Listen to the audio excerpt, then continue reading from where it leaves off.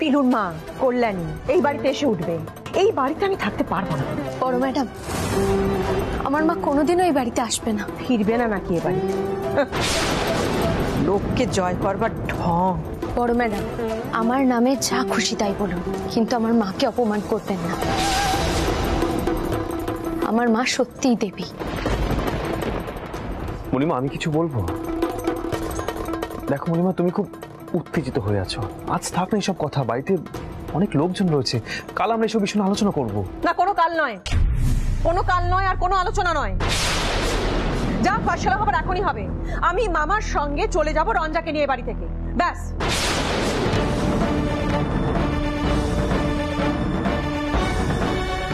সকলে ঘর থেকে বাইরে যাও।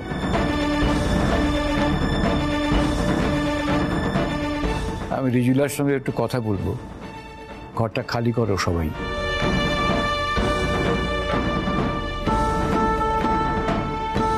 সেই ভালো মামা, বোঝান আপনার ভাগ্নিকে। ও তো বুঝতেই চাইছে না ঘটনাটা দৈবাত মাত্র। কল্যাণী তো কোনোদিন সামনে আসেনি, নিজের মেয়ের অস্তিত্ব পর্যন্ত কেউ জানতাম না আমরা।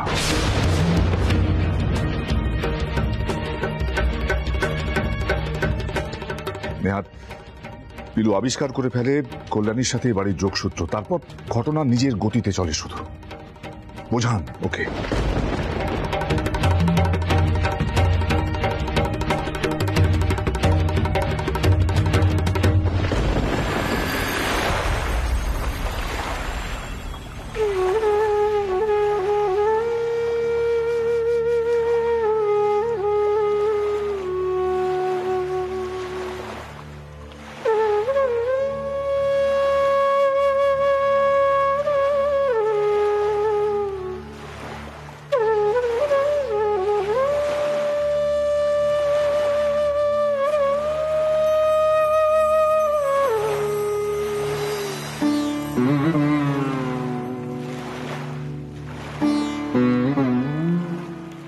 কাকা বাবু, একবার কি একটু ছোট ম্যাডামকে দেখুন না, কিভাবে দাঁড়িয়ে আছে।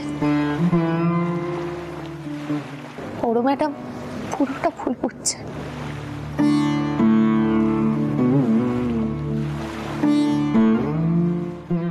গুরুজি, আপনি এখানে বসে না থেকে একবার ওদিকে যান না।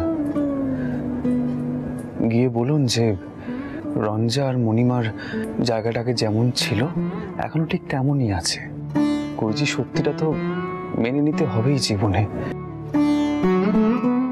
গুরুজি, আন্টি তো কোনো ছল ছাতুরি কিছু করেননি, না পিলু করেছে।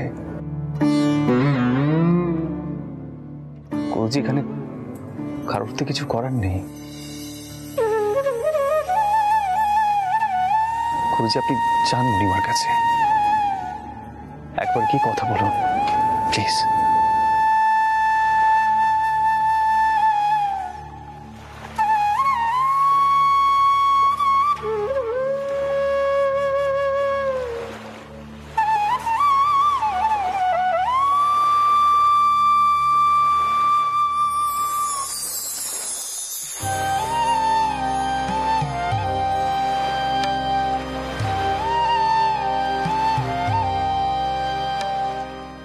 কেউ কোনো চিন্তা করো না,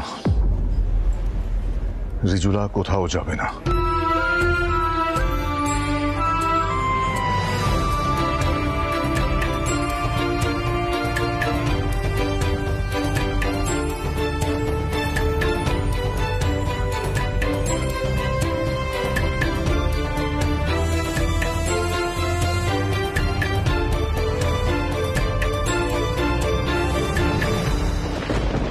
আমি দেখছি।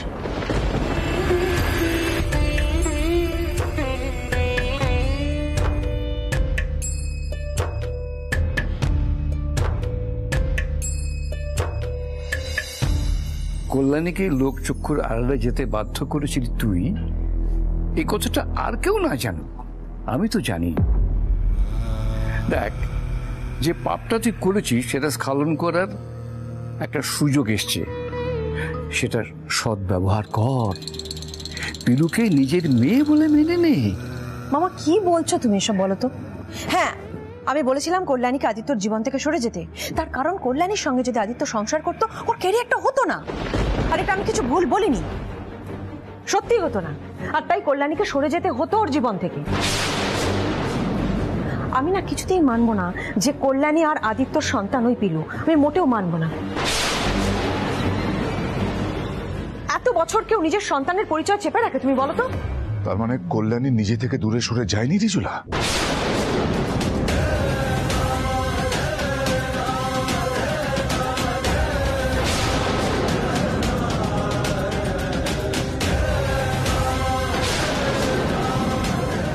আদিত্য, এসো এসো এসো এসো।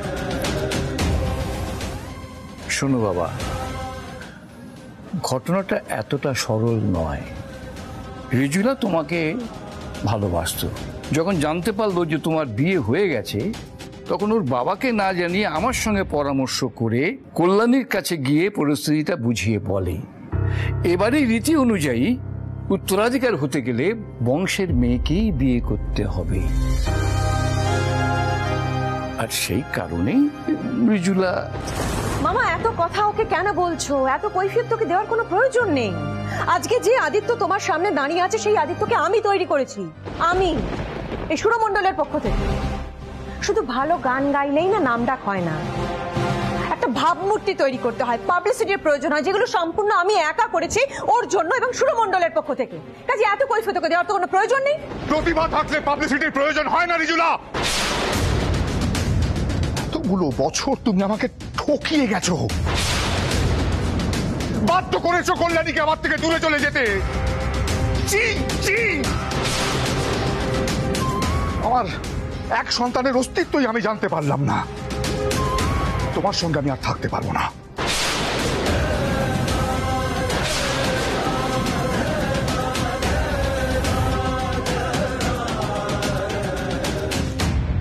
তোমার কোনো কৃতজ্ঞতা বোধ নেই না? এই প্রতিষ্ঠান তোমাকে সবকিছু দিয়েছে আদিত্য। আজ যে তুমি দামি দামি গাড়ি চড়ে ঘুরে বেড়াও, দেশে বিদেশে কনসার্ট করে বেড়াও, সামনে পেছনে সব পণ্ডিতজি করে লোকজন ঘুরে বেড়ায়, সমস্ত কিছু এই প্রতিষ্ঠান দিয়েছে তোমাকে। আর একদিনে সব ভুলে গেলে, সব।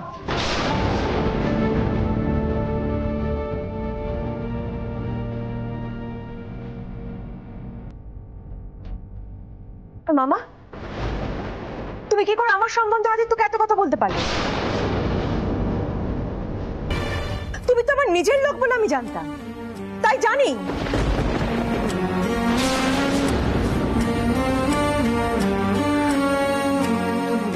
আমার কাউকে চাই না, কাউকে চাই না মামা, তোমাকেও চাই না। তুমিও যাও,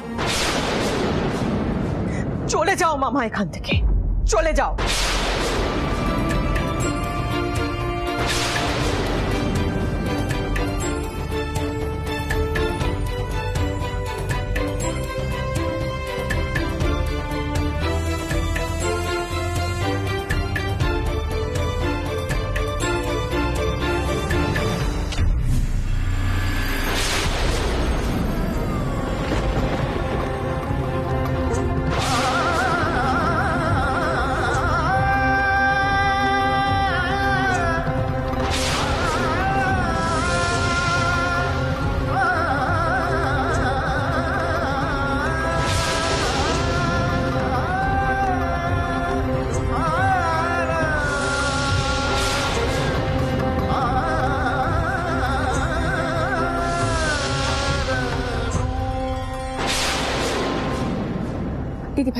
দিদি ভাই তুমি এরকম করো না, তুমি একটু শান্ত হও, তোমার শরীর খারাপ করবে। আমি জল নিয়ে আসছি, তুমি একটু শান্ত হয়ে বসো, আমি জলটা নিয়ে আসি।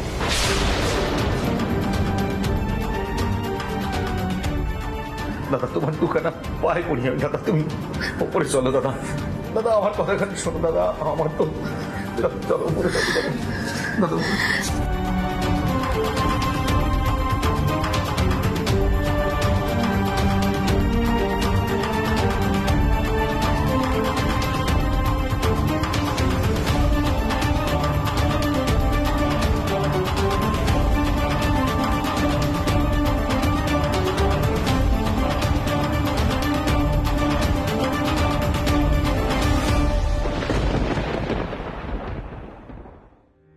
মা একটু এদিকে এসো।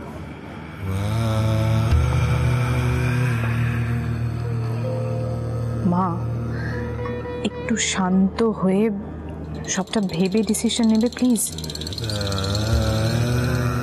আমি জানি তুমি আপসেট ফিল করছো, আমিও করছি না, কিন্তু এইভাবে বাড়ি ছেড়ে চলে গেলে কি কোনো লাভ হবে? আচ্ছা ঠিক আছে, একটা কথা ভেবে দেখো, বাবাকে ছাড়া সুরমণ্ডলটা চলবে, আর তুমি বা খামোখা নিজের বাড়ি ছেড়ে কেন বেরোতে যাবে? তার থেকে বরং মা পিলুকে এই বাড়ি থেকে বের করে দাও। আহিরের সঙ্গে যদি পিলুর ছাড়াছাড়িটা হয়ে যায় তাহলে স্বাভাবিকভাবে পিলুকেও এই বাড়ি থেকে বিদায় নিতে হবে। আর পিলু বেরিয়ে গেলে কিন্তু সমস্ত সমস্যার সমাধান হয়ে যাবে। আমি বাবার সঙ্গে কথা বলবো, তুমি সেরকম ভাবে সবটা হ্যান্ডেল করো না যেরকম ভাবে তুমি করে থাকো। এভাবে চেঁচিয়ে কি কোনো লাভ হবে মা?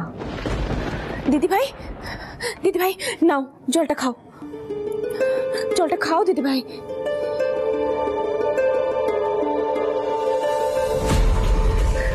ঠিক লাগছে? একটু শান্ত হও দিদি ভাই। তোমার মতো মানুষকে কি এত চেঁচামেচি মানায়? হ্যাঁ, কেন এত চেঁচামেচি করছো? সব সমস্যারই তো একটা সমাধান আছে। আমি বলি কি, তুমি আদিত্যদার সাথে আলাদাভাবে কথা বলো, দেখবে সব ঠিক হয়ে যাবে। হ্যাঁ রঞ্জা?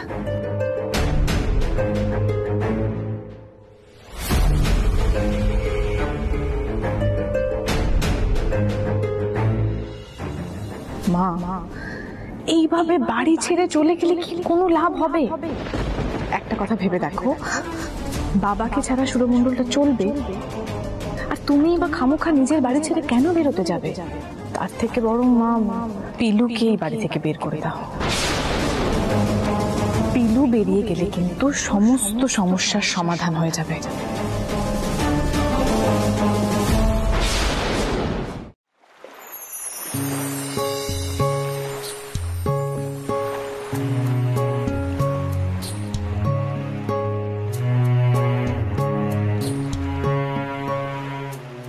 গুরুজি জল।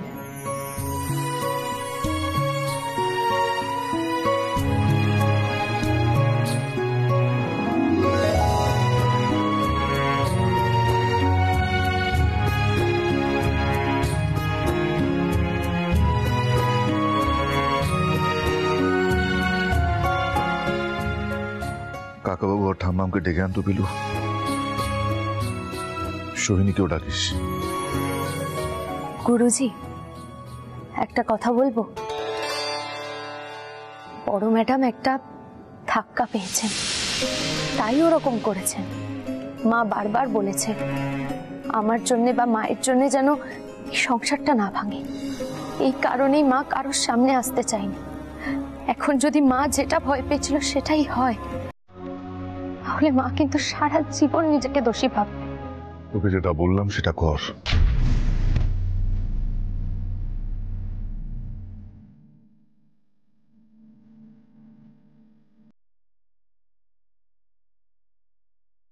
যা ঘটে গেছে তারপর এই বাড়িতে আর থাকা চলে না। আমাকে আজই একটা সিদ্ধান্ত নিতে হবে।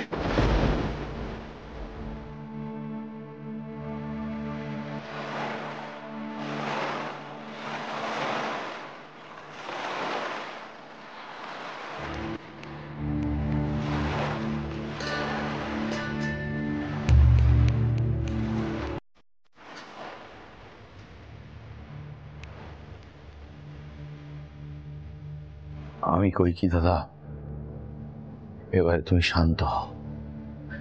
উত্তেজিত হইলে শরীর খারাপ হইতে পারে দাদা।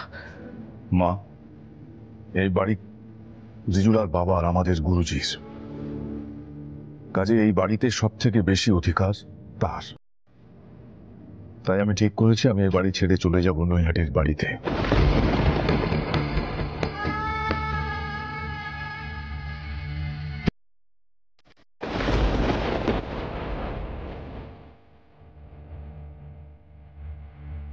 পিলু যাবে আমার সঙ্গে।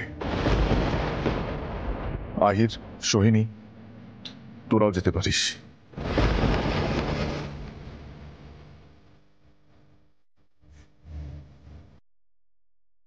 ঋতুজা হয়তো নাও যেতে পারে, কারণ এই বাড়ির সমান অধিকার তো তারও। তবে উদয়, আমি চাই তুই ঋতুর পাশে এই বাড়িতেই থাক।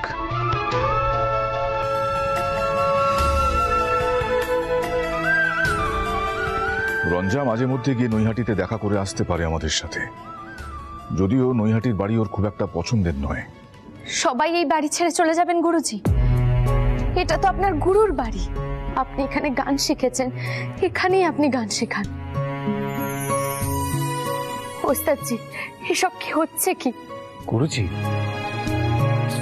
গুরুজি আপনিও যদি এরকম করেন তাহলে তো। দাদা, তুমি এসব কি কইতাছ? কেন কইতাছ দাদা? বড়গিন্নির দিকটাও কিন্তু ভাবন দরকার। আদিত্য মানতেছে সে একটা বড় অন্যায় করছে, কিন্তু কল্যাণী কি অন্যায় করেছিল মা? পিলু কি অন্যায় করেছিল? নাম, খ্যাতি, যশ এগুলো কি আমি কখনো চেয়েছি মা? বলো তুমি। আহির, তুই বল, তুই তো আমার শিষ্য, কোনোদিন দেখেছিস আমাকে এইসব চাইতে? গুরুজি আপনি একটু শান্ত হন গুরুজি, প্লিজ।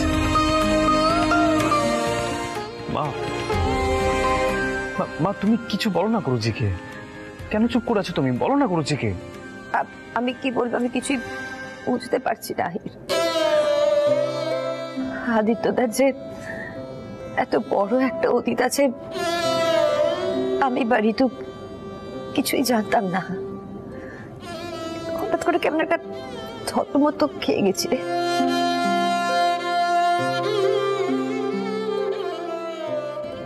যদি বলছে বাড়ি ছেড়ে চলে যাবে, আদিত্যদাও যাবে বলছে। আমাদের এই সুরমণ্ডলে কত স্মৃতি, কত আনন্দ জড়িয়ে আছে। আদিত্যদা সংসারটা এভাবে ভেঙে যাবে? বলো না আদিত্যদা, এভাবে ভেঙে যাবে সংসারটা? না মামুনি, সংসারটা ভাঙবে না। আমি এক্ষুনি এখান থেকে চলে যাব। না পিলু, কল্যাণী এতদিন বাদে তোকে আমার কাছে দিয়ে গেছে। বাবা হয়ে আমি কিছুতেই তোকে চলে যেতে দিতে পারি না। আমি তোকে কোথাও যেতে দেব না। আর ছোট করিস না আমাকে তোর মায়ের চোখে।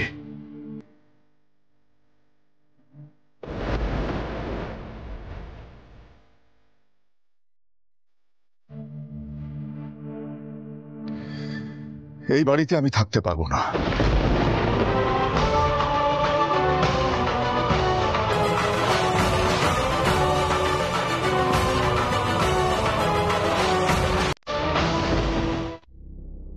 বাবা,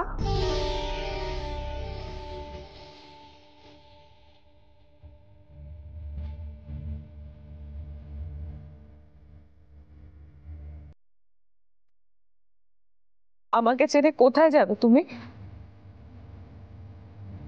মাকে আমি শান্ত করে এসেছি, তুমিও দয়া করে শান্ত হও।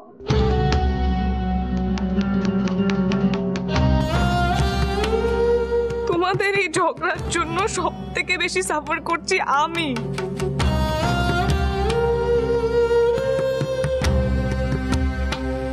এই সুরমণ্ডল ছেড়ে কেউ কোথাও যাবে না, সবাই এখানেই থাকবে, ব্যাস। এই ইস্যুটা এখানেই শেষ।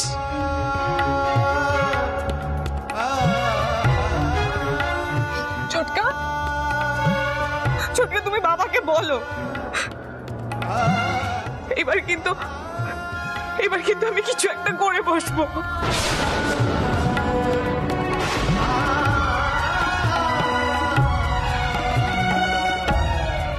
আমিও বলছি গুরুজি, এই কথা কাটাকাটি আমার আর সত্যি সহ্য হচ্ছে না।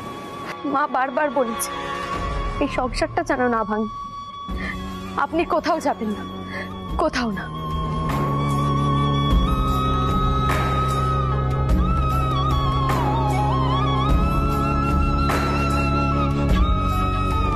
দাদা আর কোনো কথা নাই, হ্যাঁ সব ঠিক হয়ে গেল। আর আর আর আর- আর কোনো কোনো অশান্তি, কোনো কিছু, কোনো ঝামেলা লইল না। মা দেখছো ভগবান আমার সঙ্গে আছে, সবকিছু ঠিক করে দিছে। বলছি দাদা তোমার তো খুব আনন্দ গো দাদা, দুই মেয়ে মিলা তো সমাধান করে ফেলছে, আর কি চাই? এর উপর তো আর কিছু চাই না। রঞ্জু খারাপ, যাও বাবার কাছে যাও, পিলু আসো, যাও বাবার কাছে যাও, যাও যাও।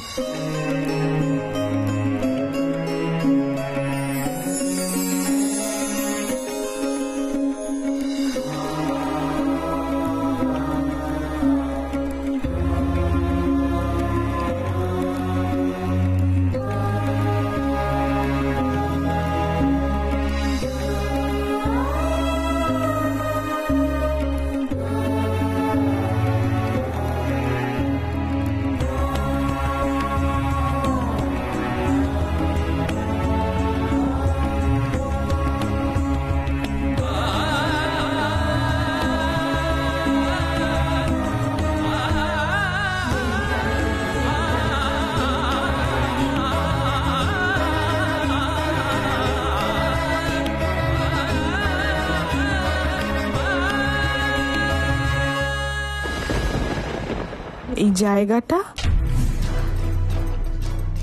আমার একার ছিল পিলু, আমার একারই থাকবে। বিদে হবে তুমি।